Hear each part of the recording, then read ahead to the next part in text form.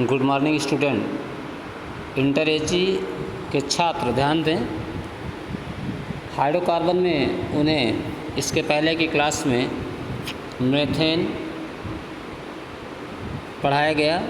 Methane बनाने की विधि, उसके गुण और उपयोग के बारे में बताया गया। आज हम एथेन, ये भी हाइड्रोकार्बन है, इसका फार्मूला होता है C2H6। एथेन के बारे में पढ़ेंगे। इसका फार्मूला आप देख पा रहे हैं, C2H6 होता है। स्क्रीन पे आप देख सकते हैं C2H6, ये आपका एथेन है। और इसमें C2H6 में इसकी संरचना होती है कार्बन और कार्बन के बीच में सिंगल बॉन्ड होता है और इस तरह से 6 हाइड्रोजन इसके साथ इस तरह से जुड़े होते हैं। ये आपका एथेन है। तो एथेन जो आप हाइड्रोकार्बन में पहले भी जान चुके हैं, इसके बनाने की विधि, गुण और उपयोग के विषय में आज हम अध्ययन करेंगे। अब प्रिपरेशन मेथड में जो पहला मेथड है सोडियम प्रोपिनोएट को सोडा लाइम के साथ गर्म करने पर हमें एथेन प्राप्त होती है। सोडियम प्रोपिनोएट क्या है? जैसे आप देख पा रहे हैं कि सोडियम प्रोपिनोएट ये आपका CH3COO, जो आप स्क्रीन पे देख रहे हैं, CH3COOH, CH जो है आपका CH3CH2COONA, ये आपका सोडियम प्रोपिनोएट है। और इसको सोडा लाइम NaOH, इसकी अभिक्रिया हम रिएक्शन को लिख दे रहे हैं बोर्ड पे।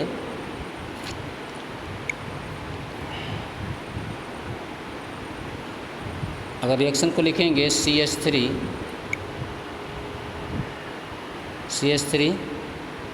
CH2 और COONA, ये आपका सोडियम प्रोपिनोएट है। इसके साथ सोडा लाइम प्लस NaOH की अभिक्रिया कराई जाएगी। एरो पर आपका CaO रहेगा, कैल्शियम ऑक्साइड, यानी कैल्शियम ऑक्साइड CaO है। कैल्शियम ऑक्साइड और सोडियम हाइड्रोक्साइड का मिश्रण सोडा लाइम कहलाता है। तो आपको रिजल्टेंट में क्या मिलेगा? C2H6 एथेन मिलेगा। एरो ऊपर लगाने का मतलब है गैस से ऊपर निकलेगा और वो बचेगा Na2CO3, यानी सोडियम कार्बोनेट आपका बच जाएगा। Na2CO3, ये सोडियम कार्बोनेट आपका बच जाएगा और एथेन गैस बन जाएगी। जो दूसरी विधि है एथेन बनाने की दूसरी विधि में आप एल्किल हाइलाइडों के आप चयन से भी एथेन बना सकते हैं। जैसे एल्किल हाइलाइड में आप एथेन ले लीजिए।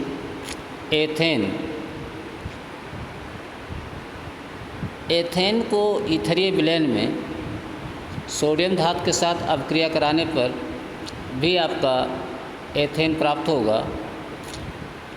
जैसे एथिल, मान लेते हैं मेथिल आयोडाइड आपने ले लिया, तो 2CH3I, ये मेथिल आयोडाइड है, इसका 2 अणु लिया है और सोडियम धातु के साथ 2Na की अभिक्रिया कराएंगे और ये रिएक्शन यहाँ पे ईथर रहेगा, ईथर सॉल्यूशन रहेगा।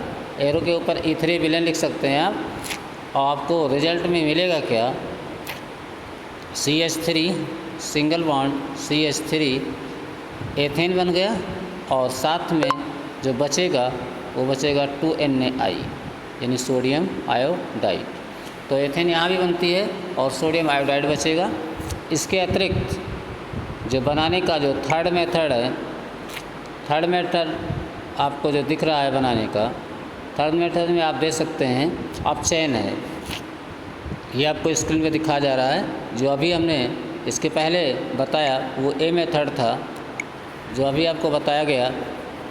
मेथिल आयोडाइड के इथेरियबिलेन को सोडियम धातु के साथ अभिक्रिया कराने पर आपका एथेन बनता है। ये वाला रिएक्शन ये था ये रिएक्शन बताया जिसमें लिखा हुआ है मेथिल आयोडाइड को शुष्क ईथर के विलयन की उपस्थिति में सोडियम धातु के साथ अपक्रिया कराने पर एथेन प्राप्त होता है। ये रिएक्शन हो गया। अब हम आपको इस रिएक्शन के बारे में बताते हैं।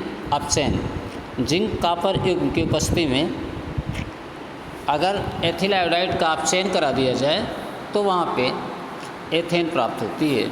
इस रिएक्शन को हम आपको लिख के दिखा रहे हैं, जो तीसरी विधि है बनाने की, उसे हम आपको लिख के दिखा रहे हैं। तीसरे में क्या है, एथिल आयोडाइड, एथिल आयोडाइड में C2H5I प्लस अपचयन में आपको मालूम है कि हाइड्रोजन ऐड होता है, हाइड्रोजन ऐड होता है। और अपचयन कराएंगे, एरो पे क्या लिखेंगे, Zn/Cu, तो मिलेगा हमें C2H6 मिलेगा, एथेन मिलेगा, और प्लस Hi, हाइड्रोजन आयोडाइड बच जाएगा और एथेन गैस हमारी बन जाएगी।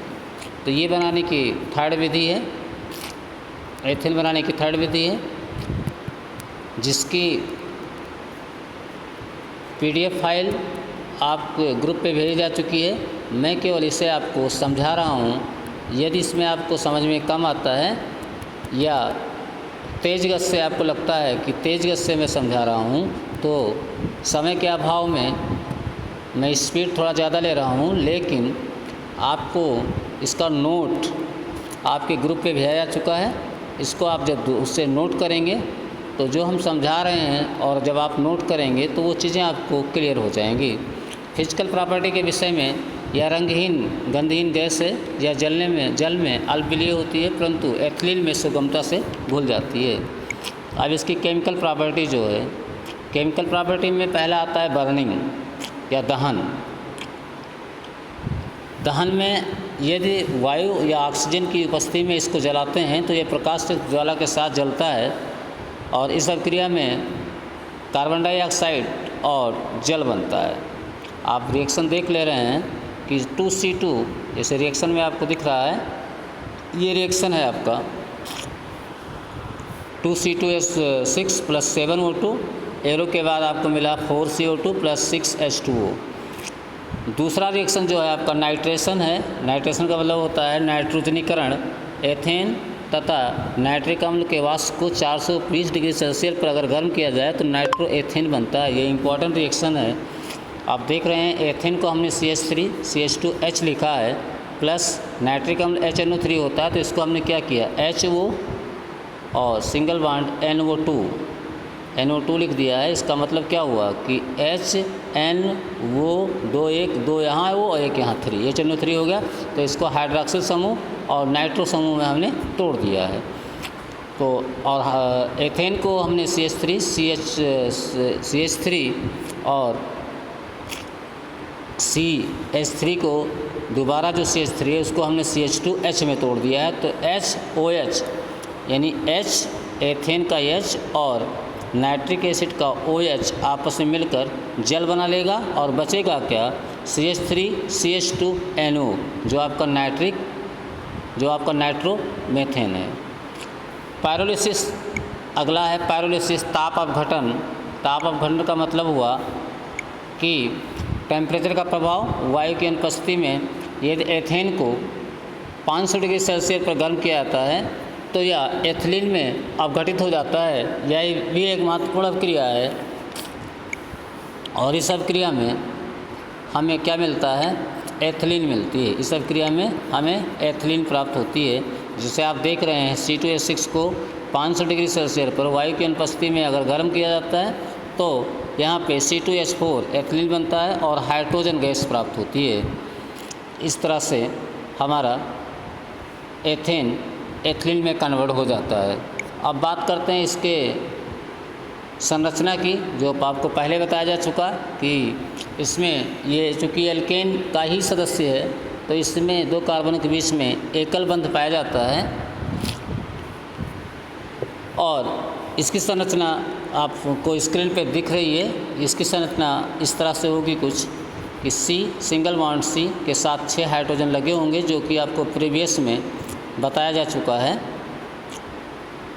अब बात करते हैं इसके यूज के।